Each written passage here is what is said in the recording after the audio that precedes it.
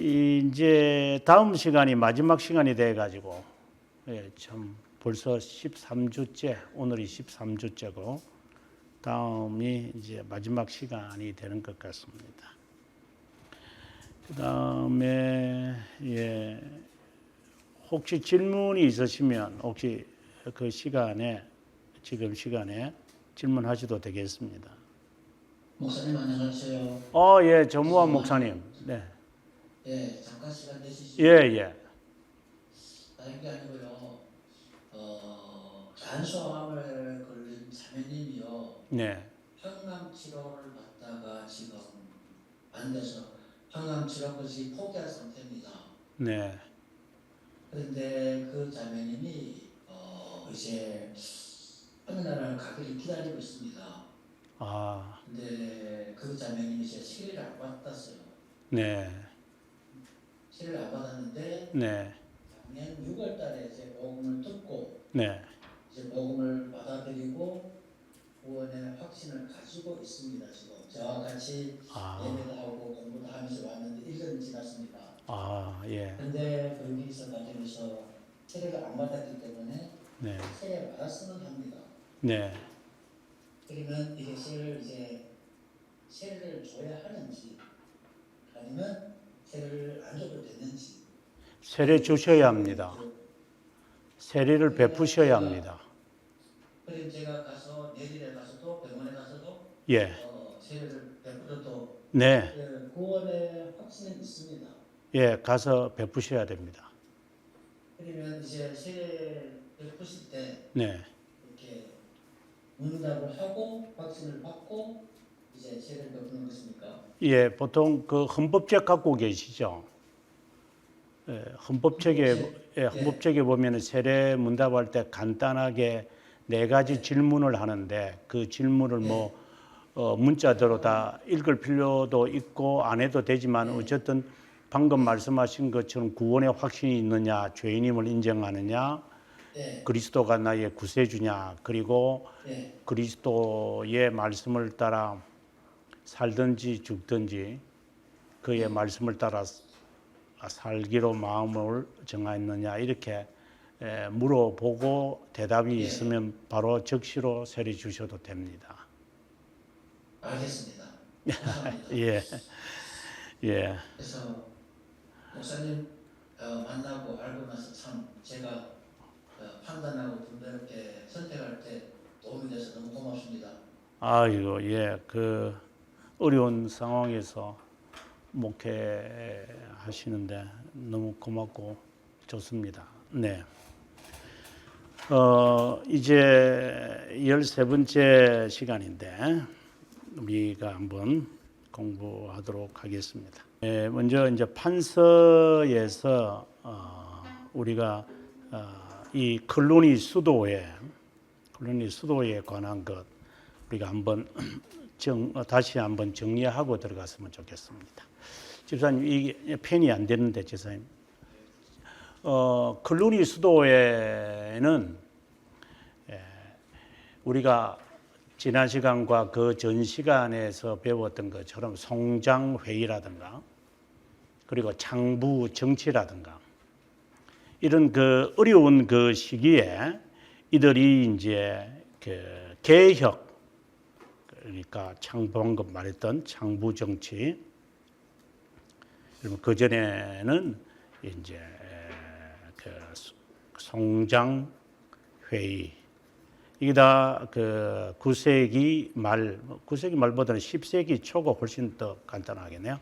10세기 초부터 진행되어지는 이 시기에 우리가 여러 가지 일들이 이제 동시에 일어나는데 하나는 지난번에도 봤던 노르만의 대이동이 이제 본격적으로 물론 시작은 793년이지만 본격적으로 이제 확산되어져서 그러니까 프랑스 지역이나 그리고 러시아 지역 이런 쪽으로 이제 계속 확산되어져 가는 한참 이제 절정에 달하는 그런 그래서 영국을 침략할 뿐만 아니라 영국의 노스럼버리아라든가 앙거리아라든가 그리고 메르시아라든가 그리고 그 지역의 웨스텍스라든가 이 지역에 이제 그 왕들과 어떤 갈등을 있게 되어지는 그런 그 시간이었습니다.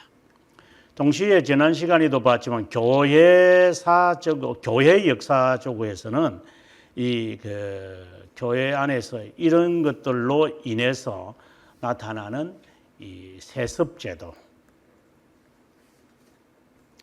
그 다음에 성직매매, 세습제도는 그 이제 자신의 자녀에게 허를 주는 거고, 성직매매는 이제 이게 발전되어지면은 성직자 수임, 성직 수임 논쟁으로 연결되어지고, 세습제도는 독신 이제 주의가 등장하는 계기가 되어집니다. 이런 복잡한 이런 일들이 동시에 지금 이제 10세기라고 보겠습니다. 그 10세기에 일어나는 이 모든 일들을 이제 바라보면서 적어도 이것을 개혁하고자 하는 사람들이 생긴 것은 틀림없습니다. 그 중에서 제가 두 사람을 여러분들에게 소개했는데, 한 사람은 피에트로 다미아니라고 하는 피에트로. 이 사람도 결국은 이단으로 정죄를 받고 이제 추방을 당하는. 우리가 신성로마 제국이 이제 건립되고 난 다음부터도 엘퀸 그 다음에 이어지는 여러 그 성각자들이 다 이단으로 정죄를 받으면서 뭐 교회도 아닌데 이단으로 정죄받는 것은 별로 어려움이 없죠. 예. 아무튼 이러한 분들이 개혁운동은 별로 의미가 없었습니다. 의미가 없다는 말은 영향력을 주어서 이렇게 질주하는, 그 브레이크 없이 그 내리막길을 질주하는 그 로마 카톨릭 거짓 교회를 어떻게 방지할 수 있는 것은 되지 못했습니다. 그래서 이제 이 틈새에 이제 이 개혁을 하고자 등장하는 사람들이 이제 개혁 운동이다. 교회사에서 이제 개혁 운동이라는 이름으로 첫 출발을 하는 게 클루니 수도 운동이다. 이렇게 말합니다. 영어로 말하면 클로에닉 이렇게 하죠. 이 수동태가 되니까 이거는 그냥 명사고 클로에닉 무브먼트 이렇게 됩니다. 이 클루니 수도에 대해서 제가 이야기를 했지만 클루니 수도의 개혁 운동은 머릿속에 딱 떠올려야 돼요. 지도자가 중요한 것은 아닙니다. 기욤이라는 공작에 의해서 사지에 그 자기의 개인의 영지에 수도원을 지었다. 이런 것이지만 실제는 그것은 그냥 역사적 이야기고, 클루니 수도회의 개혁운동에 우리가 역사의 교훈에서 잊지 말아야 하는 게 있습니다. 이 사람들이 개혁운동을 하기 위해서 어떻게 개혁을 하겠다는 거냐. 교회를, 당시에 이렇게 질주하고 있는 이 교회를. 그 처음에 성직매매에 관해서는 이제 이 성직 수임권을 이제 탈환하겠다라는 거였습니다. 왜냐하면 정교 유착이 있었다는 것을 알고 있으니까 이 정교 유착에 끈끈하게 되어 있는 이것을 이제 교회가 가져와야 한다라는 것이 그들의 첫 임무였습니다. 그 다음에 두 번째가 세습제도, 세습제도가 있기 때문에 이 세습제도는 결국은 자녀들에게 넘겨주겠다는 것이고, 족불제도와 같은 거잖아요. 족불이거든요, 이게요. 그래서 이것을 방지하기 위해서는 결국은 독신주의를 이제 외치게 되어진 것입니다. 그러면 독신주의를 외쳤다라고 하는 것은 한편으로는 언뜻 보기에는 이 족불과 세습제도를 방지하는 것처럼 보이지만, 좀 더 깊게 들어가면은 이 음모라는 것을 이 음모가 있습니다. 그 음모가 뭐냐면 이게 카리스마입니다. 카리스마라고 하는 것을 이들은 가지고 있습니다. 이게 무슨 말이냐면 그 골든 에이지를 했던 그 영국의 주도했던 헨리 8세의 그 둘째 딸인 그 엘리자베스 1세에게서 볼 수 있는 겁니다. 아버지의 그 막강한 그 세력, 그리고 로마 가톨릭과 청교도 사이에 있는 이 그 긴장, 초긴장의 상태에 있는 이 국가, 반으로 똑 잘려가지고 언니 있을 때, 메리 있을 때는 청교도들이 순교를 당하고, 그리고 여기에 앤 볼레인의 딸인 엘리자베스가 되면은 이제 프로테스탄트로 다시 돌아갈 거다라고 하는 그 초긴장에 빠져 있습니다. 초긴장입니다. 마치 지금 저희 나라가 이 두 부류가 지금 하여튼 정말 가관도 아닙니다만은 이러한 그 초긴장에 있는 겁니다. 뭐 지금보다 더하죠, 그때 시대는. 그러면 이것을 해결하려면 한 지도자가 어느 단체에도 속하지 않는 탁월한 카리스마가 있어야 됩니다. 그러니까 아주 막강한 지도력이 있어야 실제로는 이 팽팽한 긴장을 해결할 수 있는데, 저희 나라는 그 막강한 정말 과거 예를 든다면 과거에 민주화를 하면서 정말 옥중을 생활을 하시던 분들이 거의 다 지금 돌아간 지금 상황이고, 나이도 90가량 되셔서 무슨 의미도 없잖아요. 뭐 의미가 없는 것은 좁혀가 있고, 뭐 4.19 정치인이 얼마 전에 있었습니다만은 거의 다 돌아가신 상황이야. 그러니까 히로우가 없습니다. 히로우가 없으면 이 긴장을 풀지 못합니다. 이거는 역사에서 항상 나옵니다. 어떠한 일은 이 막강한 세력들이 서로가 충돌이 일어날 때는 이 둘을 확 이렇게 눌러버릴 수 있고 컨트롤을 할 수 있는 막강한 어떤 힘이 있어야 됩니다.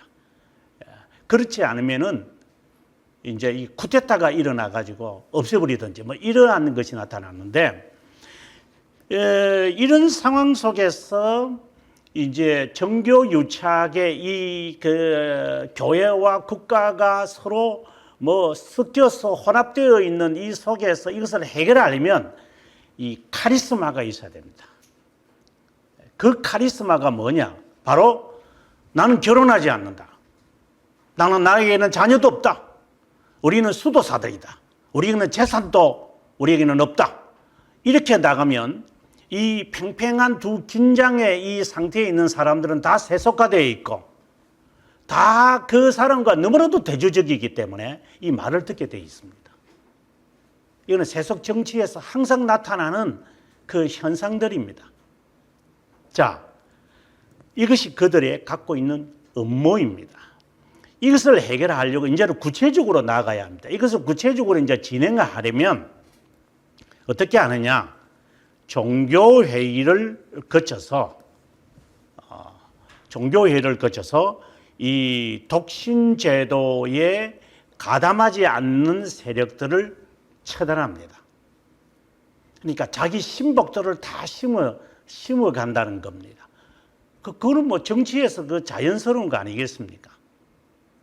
뭐 교회 안에도 보면은 뭐 일반적으로 어느 새로운 목사님이 이렇게 담임으로 오면은 과거에 있던 본래 전 목사님과 함께 사역했던 그 부교육자들은 사임을 일반적으로 합니다. 뭐 더 남으라 하면은 있겠지만 일반적으로 그렇게 합니다. 그 이유는 전에 있는 전도사 전임자의 이 생각들을 이 부교육자들이 이렇게 전파할 수 있기 때문에 그는 스스로가 물러나는 것이 좋죠.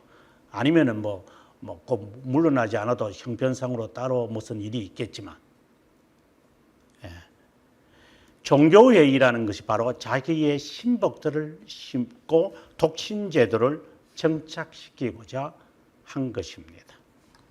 그 다음에 다시 돌아가서 이제 네 번째로 이제 이거 성직 매매를 이제 다시 말해서 성직을 수임하는 종교회의를 해서 지금 있는 사람들 성직들은 장악할 수 있는데 이제 앞으로 이제 성직을 임명하는 사람도 자기들의 신복들을 심어야 되잖아요. 그러려면 이 성직 수임권 농지 국가와 싸워야 됩니다. 여기는 교회들과 싸웠고 여기는 국가와 싸워서 그들의 권한을 빼앗아와야 하는 이런 일이 이제 여기 성직 수임권 이제 논쟁이 시작되어지는 것이죠. 콜로니 수도회 운동은 바로 이러한 것이 측면이 있습니다. 근데 이것과 이제 나중에 우리가 보겠지만 종교 개혁과는 어떤 관계가 있는지를 보면 아주 대조적입니다. 칼빈 선생이 하는 종교개혁과 루터의 종교개혁은 상당히 대조적입니다. 이런 식으로 종교개혁을 이끌어가면 안 됩니다. 물론 이제 루터가 이렇게 했다는 것은 아니지만 루터는 종교 유착으로 간 종교개혁이고 칼빈은 종교를 분리하면서 종교개혁을 한 것입니다. 그러니까 내부적으로 개혁을 하기 위해서는 이런 제도, 이런 회의, 이런 그 논쟁 이렇게 되어지는 것이 아니라 진리에 대한 고백의 회복이 필요한 것입니다. 이 고백의 회복이 없이는 종교개혁, 개혁이라는 말이 무산하게 되어집니다. 그래서 교회가 이렇게 우리 교회가 왜 이러냐 이렇게 할 때는 그러면은 우리 교회가 왜 이러느냐를 말하지 말고 본래 교회는 무엇을 추구했느냐 그는 신앙 고백이었습니다. 말씀에 근거한. 그럼 그쪽으로 돌아가자. 아더 폰테스로 돌아가서 거기에서 다시 출발하면 거기에서 잘못되면 우리가 제거하고 포기하고 그리고 없애면 되지 않느냐. 이런 식으로 가는 것이 겉으로 볼 때 칼빈을 중심으로 하는 개혁 교회들의 개혁 운동이었고 루터는 이제 나중에 보겠지만 이제 이탈하게 되었죠. 다시 정교 유착으로 되돌아가는. 그 확산은 빠르죠. 굉장히 빨리 가지만 하지만 루터는 실패한 종교개혁으로 남습니다. 그래서 이런 식으로 하지 마라 이 말을 제가 하고 싶은 겁니다. 클루니 수도회의 개혁운동처럼 하면 안 됩니다. 개혁이라는 말은 제도와 싸움을 통해서 이루어지는 것이 아닙니다. 그는 진리의 재발견으로 가야 한다는 것을 다시 한번 제가 강조하면서 우리가 지난 시간에 보았던 클루니 수도회의 이 운동에 관해서 우리가 쭉 보고 이제 그들의 생활의 삶에 대해서 한번 여기는 이제 지도자들에 관한 이야기였으니까 이제 가고 그들의 삶의 그 역사 뭐 수도원 운동들은 항상 등장하면은 뭐 베네딕토 규율로 돌아가겠다 뭐 이런 것이니까 자, 생활에 관해서 어떤 일들을 그렇게 했느냐. 제가 교수 사역을 할 때 이제 석박사들과 함께하는 그 박사 과정의 수업이 아주 그 독특한 그 과목을 하나씩 집어넣습니다. 그게 이제 제가 이제 박사 과정 학생들을 가르칠 때에 제가 가르치는 과목이 이제 르네상스 그 부분, 르네상스 그러니까 중세 말기와 종교개혁의 초기에 있는 이 분위기, 이 르네상스를 제가 주로 가르치고 그 다음에 수도원 운동을 제가 가르쳤습니다. 수도원 제도, 수도원주의 뭐 이런 거. 수도원 운동을 이제 가르치면서 수도사들의 역사, 지금 우리가 이제 클루니 수도회를 봅니다만은 그 전에 베네딕토 수도회가 이제 529년에 이제 시작되어지지 않습니까? 베네딕토에 의해서 몽테카시노에서 그 전에는 이제 은자들의 이제 그 있었고 은자들의 수도회에 있었던 파코미 아니라 보통 그러죠. 박구미 수도회가 있었고, 뭐 최초로 보통 말을 하면은 이제 최초의 은자라고 말하는 안토니우스, 이런 사람들이 있습니다만은, 이런 사람들을 거쳐서 이제 베네딕토가 나오고, 베네딕토가 529년에 이제 몽테카시노고, 이제 클루니가 이제 그 다음에 이제 등장을 합니다. 이때는 벌써 10세기잖아요. 이제 10세기거든요. 그러면은 이 400년 동안 이름이 나타나지 않는 수도회들이 여기저기 군데군데에 많은 여러 나라의 여러 지역의 여러 시대에 이렇게 그냥 생겨났습니다. 네. 여러 수도회들이 많이 있습니다. 그것은 뭐 지주들이 뭐 세우든가 영주들이 그 땅을 하사해서 만들다든. 그래서 수도원의 중세시대 때 수도원들을 보면은 뭐 산비탈에 뭐 아니면 뭐 돌 꼭대기에 세우고 뭐 이런 것들은 외부의 침입을 좀 덜 받고 영향을 받으려고 정말 참으로 수도사가 되려는 사람들만 오라. 이제 이렇게 해서 어느 수도에 속하지 않으면서 단독 수도회로 이렇게 많이 형성되어 있었죠. 이제 이것을 이제 샤르마뉴가 통합을 합니다.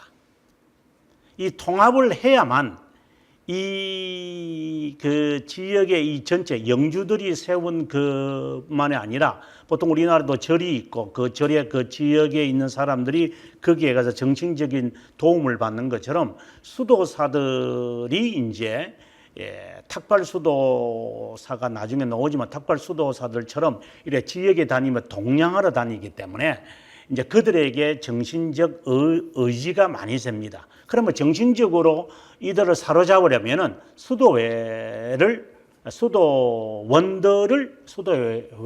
수도원은 다르니까, 수도회는 하나의 단체를 말하고 수도원은 개개를 말하는 거니까, 그러니까 레지던트가 되면은 수도원이 되고, 혼자서 그냥 이렇게 정체 없이 돌아다니는 사람들이 되면은 세속 수도사, 이렇게 좀 수도사도 조금 이렇게 이름들이 좀 다릅니다. 이제 혼자서 이렇게 그냥 이렇게 돌아다니면은 보통 우리가 세속 세큘라, 영어에는 세큘라 U자인데 세큘라 몽크 이렇게 되고요. N자입니다. 몽크가 되고, 이제 수도원, 그러니까 모나스트리, 그러니까 모나스트리에서 이제 수도원 이게 경내에서 사는 사람들 수도사들이 있어요. 그러니까 이런 사람들이 모이면 수도회라고 그러죠. 이거 오더라고 그러거든요. 이게 교단이거든요. 그래서 수도회가 되고, 이런 사람들은 혼자서 돌아다니는 사람들, 그러니까 탁발 수도사들의 성격을, 그 탁발 수도회는 시작은 탁발이 있지만 나중 되면은 뭐 수도원으로 다시 수도회로 바뀌어지니까 별 의미가 없습니다만, 아무튼 이런 그 세큘라 수도사들이 점차적으로 이제 모나스트리 수도사들로 바뀌어집니다. 이 수도회가 되면은 이제 뭐를 만들어야 되냐면 이 베네딕토처럼 이 룰을 만들게 됩니다. 보통 헌장이라 그러죠. 또는 챕터라 그러죠. 헌법을 만드는데, 제가 학생들에게 가르칠 때 이 헌법 조항들을 다 모았어요.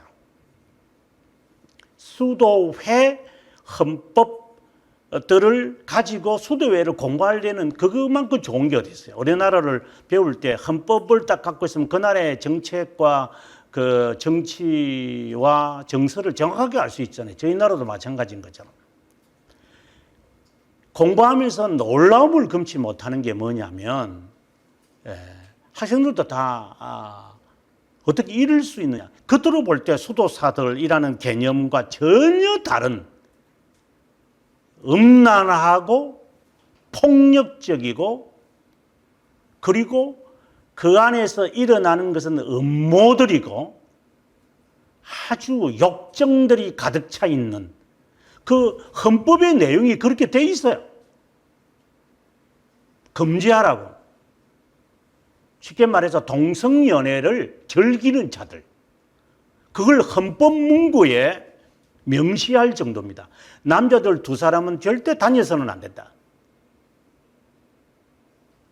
차라리 제3수도회가 되어지는 여성도 함께 다녀라. 이 정도로 할 정도로.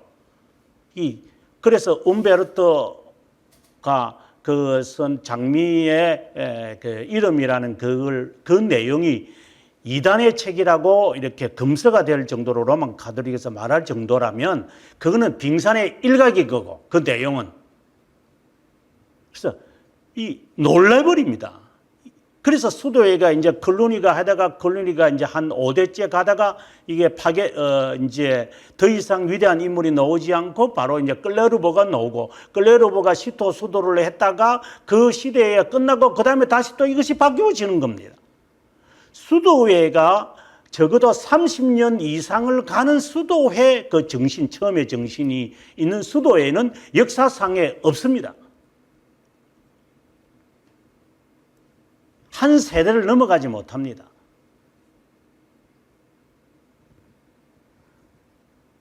이것이 제가 수도원주의를 학생들한테 가르치면서 그들도 놀라고 저도 놀라고 세상에 이리 지저분한 게 수도원 운동이었던 것인가? 이것을 개혁운동이라고 하는 것인가? 그리고 그걸 닮으려고 어느 사람들은 개인적으로 이렇게 수도사들이 공부하고 연구하고 이런 방법론을 갖고 와서 교회에 적용시키려고 선교회들이 그렇게 설치는가? 물론 어느 한 부류들은 괜찮은 부류들은 있었겠죠. 그는 처음에 있는 사람들이고 그 다음에 이후에 오는 사람들 이 정신 다 까먹습니다. 왜 까먹을까요? 이제 결론적인 이야기입니다. 수도운동을 시작하면서 제가 하는 이야기입니다. 왜 수도운동은 실패하는 걸까요? 왜 종교개혁운동은 지금까지 계속해서 진행하는 걸까요? 근본적인 차이는 무엇일까요? 이들에게는 고백이 없어요. 규칙만 있을 뿐이에요. 종교개혁은 고백과 순종이 같이 나오는 거예요. 이게 근본적인 차이예요. 교회가 개혁을 하려면 바르게 세워지려면 고백으로 돌아가고 그 고백에 따른 규칙, 규정을 정해서 살아가야 돼요. 그러면 교회는 바로 세워지게 되어 있습니다. 세우려고 하지 않아도 됩니다. 그냥 바로 서게 돼 스스로 자발적으로 세워지게 되어 있습니다. 성령 하나님이 그렇게 하실 겁니다. 근데 그것을 생각하면서 우리가 클루니를 보셔야 돼요. 그렇지 않고 그냥 껍데기만 이렇게 보고 참 클리닉이네 뭐 이런 식으로 클리닉 외우기는 쉽죠. 시험 칠 때. 그들이 강조한 것은 연구와 노동과 함께 의식을 강조했다. 그들은 미사와 예배의 의식에 치중했다. 하루 종일 제단에서 보내거나 찬양을 하기도 했다. 미사, 찬양, 개인 기도를 하면서 말이다. 배움에도 게을리하지 않았다. 그래서 성인전을 그들은 연구했다. 신학, 교회법, 기독교 고정과 같은 지성적인 책들도 탐독했다.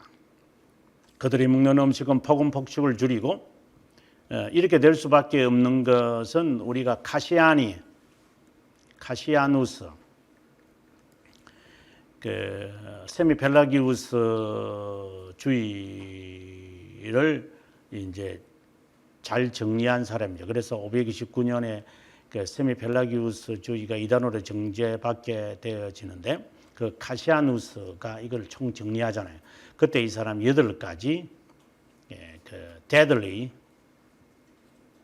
데들리 시인이라고 하는 것을 이제 찾아서 말하는데 그 중에서 하나가 이제 폭음 폭식을 하지 마라 이렇게 말하기도 합니다. 그들이 입는 옷은 중백이나 어깨에 걸치는 옷을 취했다. 수녀들은 베일을 했다. 주로 입는 긴 옷의 색깔은 검은색이었다. 그래서 검은 수도사, 검은 수도회라고 불렀다. 베네딕토 수도회 규율을 따랐기 때문에 침묵. 베네딕토 규율 하면 성격이 딱 정해져 있습니다. 침묵. 말을 안 합니다. 그 다음에 두 번째는 청빈입니다. 어떤 재산, 어떤 재물, 개인 소유를 가지지 않습니다. 이 두 가지가 아주 핵심적인 겁니다. 여기에 이제 덧붙여서 이제 그 영구, 여기 있는 논대로 영구가 있고 노동이 따라오고 이제 이렇게 나옵니다. 이런 부분들은 우리에게 도움은 되죠, 실제로. 침묵하고 그리고 이들에게서 이제 음악이 여기서 이제 그 예배의 의식을 이제 강조했으니까 찬양, 이게 이제 우리가 초대교회에 있었던 그 암브로시안 그 찬트라든가 그리고리안 찬트라든가 이런 것들이 이제 이들에 의해서 이제 계속 보존되어져 가는 것이 있었습니다. 교회에서 식당 생활관, 수도원, 격리 어디서나 침묵을 지켜야 했고 어디서나 대화를 하지 않았다. 그들의 헌장이다 이렇게 했습니다. 챕터라 그랬죠. 챕터. 바른 생각을 하고 있는 모든 사람에게 명백하게 드러나는 것은 하나님의 섭리가 어떤 부요한 사람에게 주어진다는 것이다. 만약 그들이 그것을 잘 사용한다면 영원한 보답을 얻을 것이다. 잠언에 나오는 말씀대로 사람의 가장 큰 부함은 영혼에서부터의 탈출이다. 정말 이런 말들은 크게 잘못된 것이 아니라고 저는 봅니다. 하나님의 은혜 안에서 백작과 공작이나 윌리엄은 내가 할 수 있는 한 안전을 위해 나의 소유가 제공되기를 부지런히 생각하고 있고 바라고 있다. 그러기는 하나 내 영혼을 얻기 위해 어떤 작은 부분을 나에게 제공된 가장 필요한 속세의 물건들을 나누어 주기를 원한다. 나는 재산을 나의 몸을 위하여 정식하려고 함이 아니라 즐기기 위함이다. 나중에 내 운명이 내가 모든 것을 낚아챌 수 있기 때문이다. 누가복음 16장 9절의 말씀처럼 나의 가난을 나의 친구들로 만들 것이고 행동을 일시적인 것이 아니라 지속적인 것으로 할 것이며 사제들의 모임에 나의 사비로 지원해야 할 것이다. 그리고 이것은 나의 믿음이고 희망이다. 실제로 이러한 모든 것을 버리기는 쉽지 않음에도 불구하고 내가 어렵다고 믿는 세상을 멸시하는 자들을 받아들이므로 나는 어려운 사람들의 보상을 받을 것이다. 당시에 이제 세운 사람들, 그 다음에 이제 중요한 것은 이거죠. 경건하지 못한 행동들이 더 엄격히 금지됩니다. 베드로와 바울, 당신 절대적 교황, 당신이 하나님으로부터 받은 사도적 권위, 당신은 영원한 생명 안에 거룩한 교회 안에서 참여함으로 이것을 제거하고 도둑과 침략자들이 기쁜 마음과 준비된 뜻 가운데서 당신은 클루니의 앞에서 언급한 장소와 거기에 거주하는 하나님의 종들의 보호자와 방어자가 될 것입니다. 이 말은 이제 수도원이 교황에게 종속되어야 한다. 이것을 이제 천명합니다. 그러니까 지금까지 한 300년 이상을 내려오는 이 수도원들의 이런 많은 것들을 바라보면서 영주들의 놀이객감이 아니라 이제는 교황에게 돌아갔으면 좋겠다. 근데 교황이 이제 바로 된 것도 아닌데 그래서 교황에게로 돌아가도록 하겠다. 이제 이런 이것이 이제 그 수도에 이제 들어오는 사람들이 갖는 야망을 갖게 되어집니다.